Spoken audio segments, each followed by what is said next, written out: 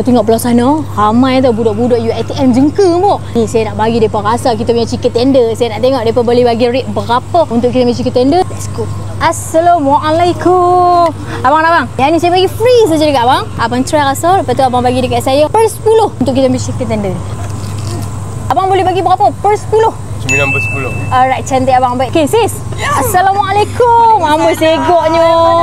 Ambil satu rasa, bagi dekat saya. Boleh bagi berapa untuk kita punya chicken tender ni? Per 10. Wow. 10 per 10. Alright, cantik. Baik, terima kasih. Thank you. Sis, boleh ke? Okay, ke sini. Alright.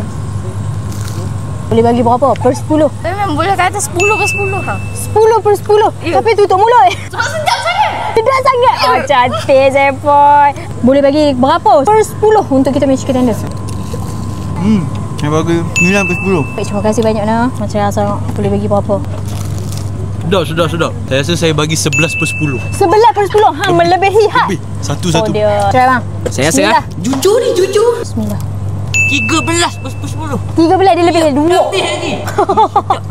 Terima kasih banyak. Thank you so much.